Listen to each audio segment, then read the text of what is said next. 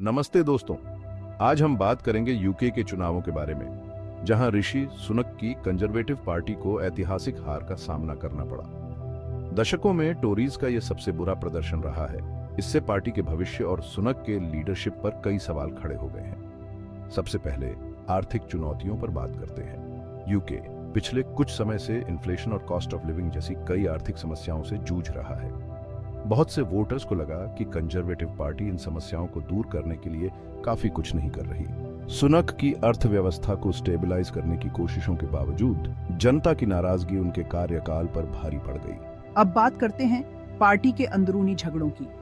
Conservative party में पहले से ही काफी मतभेद और टकराव चल रहे हैं। इन झगड़ों ने पार्टी की एकता को कमजोर कर दिया और वोटर्स के सामने एकजुट रणनीति पेश करना मुश्किल बना दिया।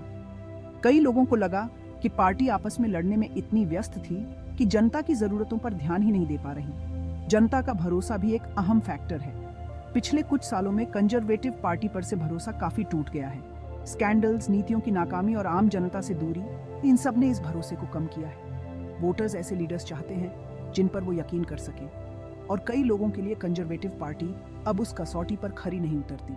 हेल्थ केयर, एजुकेशन और कॉस्ट ऑफ लिविंग जैसे कुछ जरूरी मुद्दे थे जिन पर कंजर्वेटिव पार्टी वोटर से जुड़ नहीं पाई। ये ऐसे क्रिटिकल एरियाज हैं जो लोगों की रोजमर्रा की जिंदगी को प्रभावित करते हैं, और पार्टी की इन्हें ठीक से एड्रेस करने में नाकामी उनकी हार का एक बड़ा कारण बनी। अब जब धूल छंट गई है, कंजर्वेटिव पार्टी एक अनिश्चित भविष्य की ओर देख रही है।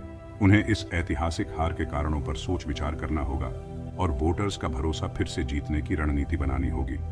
ऋषि सुनक के लिए ये हार उनके पॉलिटिकल करियर का अंत हो सकती है, या फिर खुद को फिर से साबित करने और रेजिलियंस दिखाने का एक महत्वपूर्ण मौका। तो आगे यूके के लिए इसका क्या मतलब है, ये तो वक्त ही बताएगा। लेकिन एक बात तो साफ है, कंजर्वेटिव पार्टी को जनता का भरोसा और समर्थन फिर से हासिल करने के लिए बहुत मेहनत करनी होगी। देखते रहने के लिए शुक्रिया। ग्लोबल पॉलिटिकल इवेंट्स पर और इनसाइट्स के लिए लाइक, कमेंट और सब्सक्राइब करना ना भूलें। अपना ख्याल रखें और अगली बार मिलते हैं।